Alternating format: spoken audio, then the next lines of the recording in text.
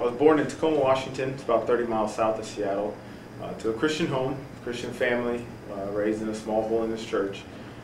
My grandfather was a holiness pastor, and all my life growing up from a young age, I always had a desire and felt that that I should preach or should become a pastor.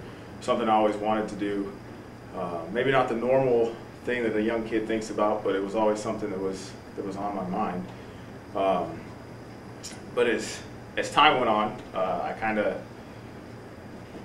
lost focus on that and began to form my own desires of what I wanted. I always wanted to be a police officer, and that became my life's goals, to become a police officer. And growing up in the church, you know, you learn how to act and how you're supposed to look, and the way you're supposed to talk and dress, and all those little things that come with it. And it became very easy for me to act right, but not necessarily do the right thing, as far as having a heart change.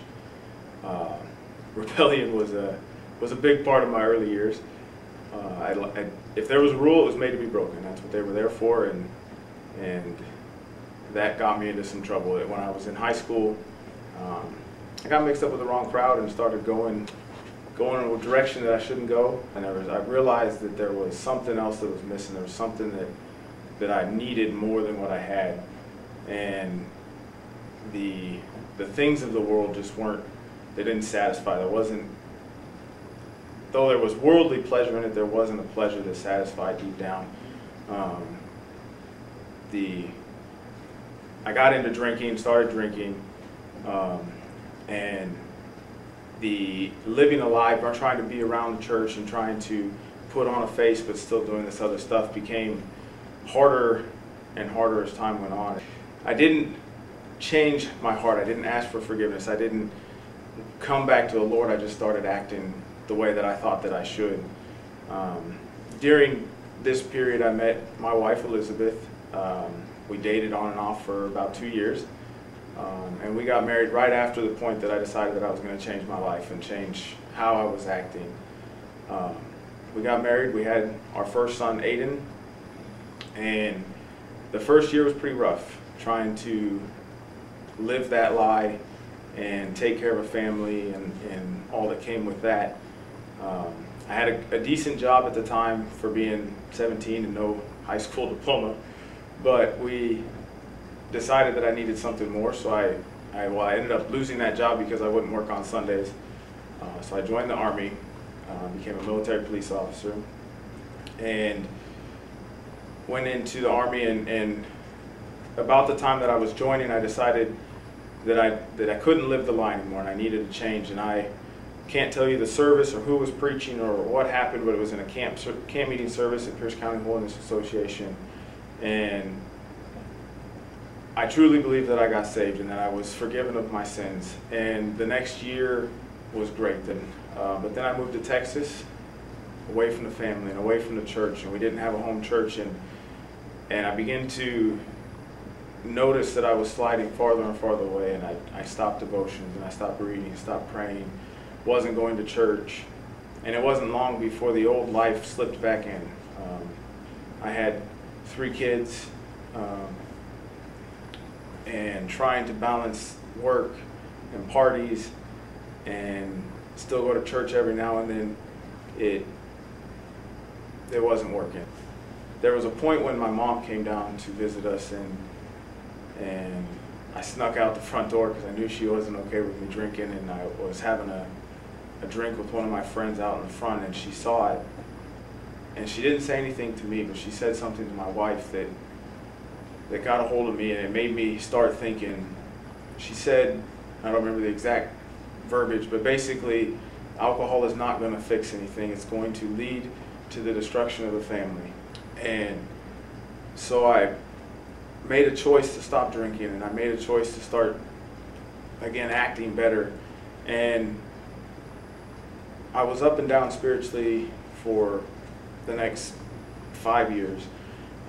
Finished my military career. I did 6 years active.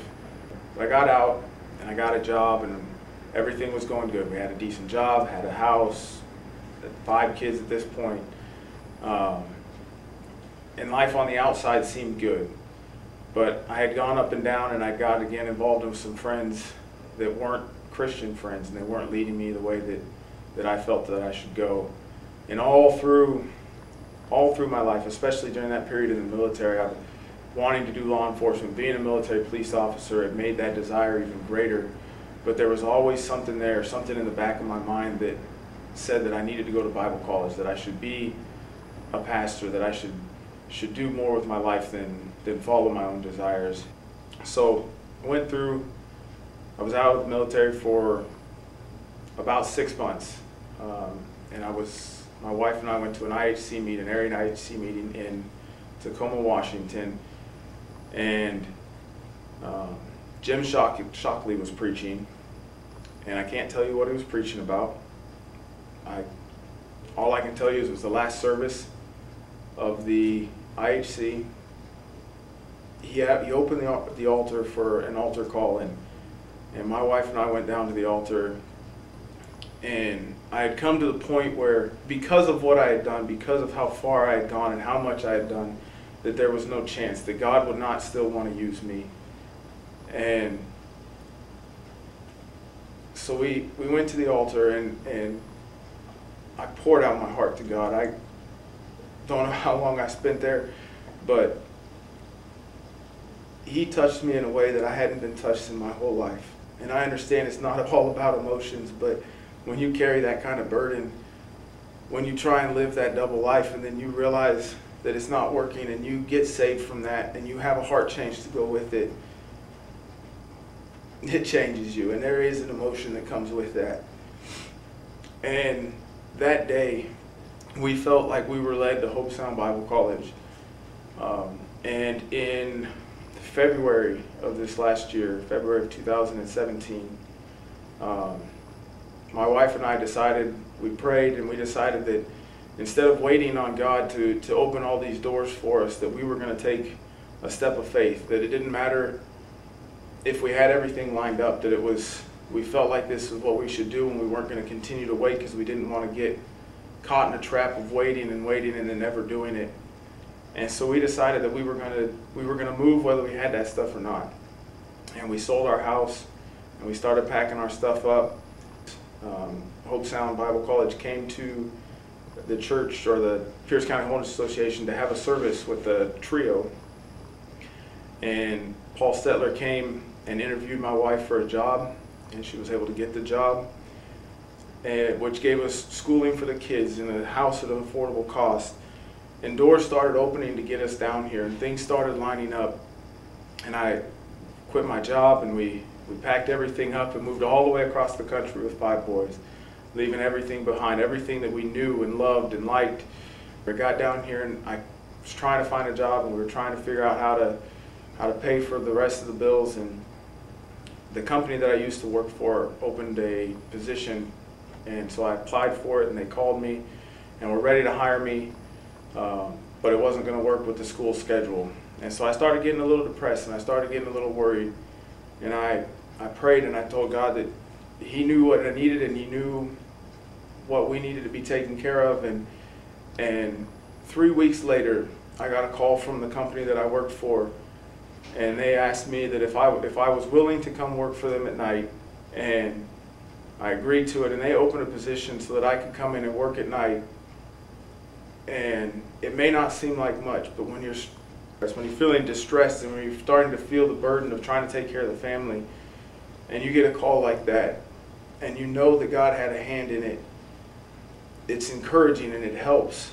And so I was able to get that job, and I've been working there since then, and I'm thankful for it. And though the military maybe wasn't His original plan for my life, or in His plan at all, He's been able to use that time. I was able to get a GI Bill, which pays for my schooling and helps with the bills.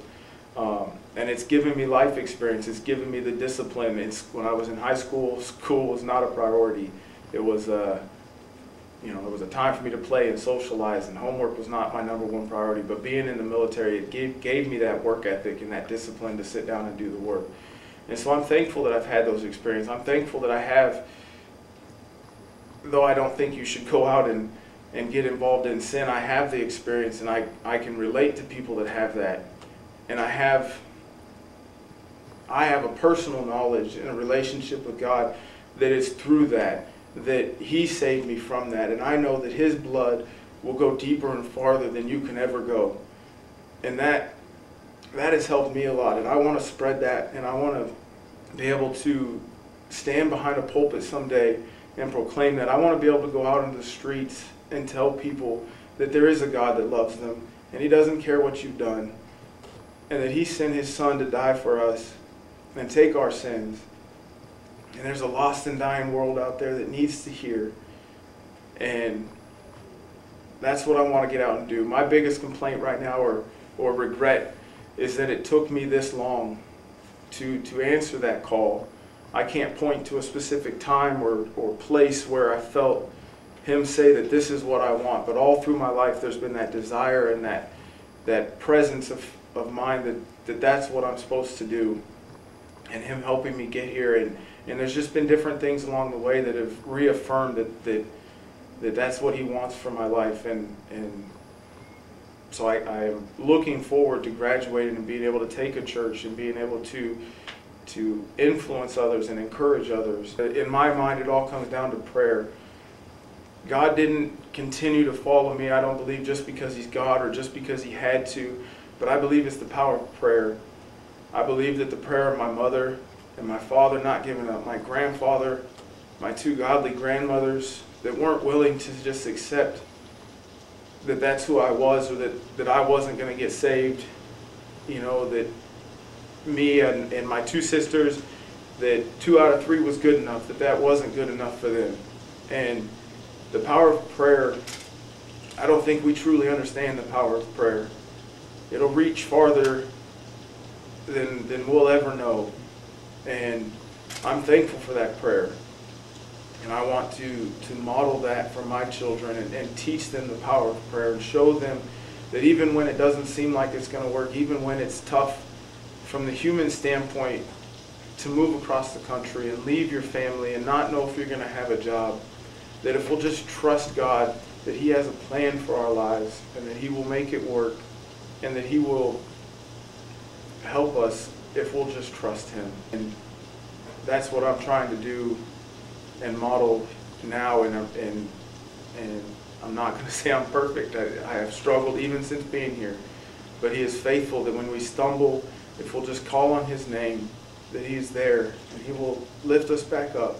He doesn't leave us or forsake us, and I'm thankful for that. And I plan to go to heaven.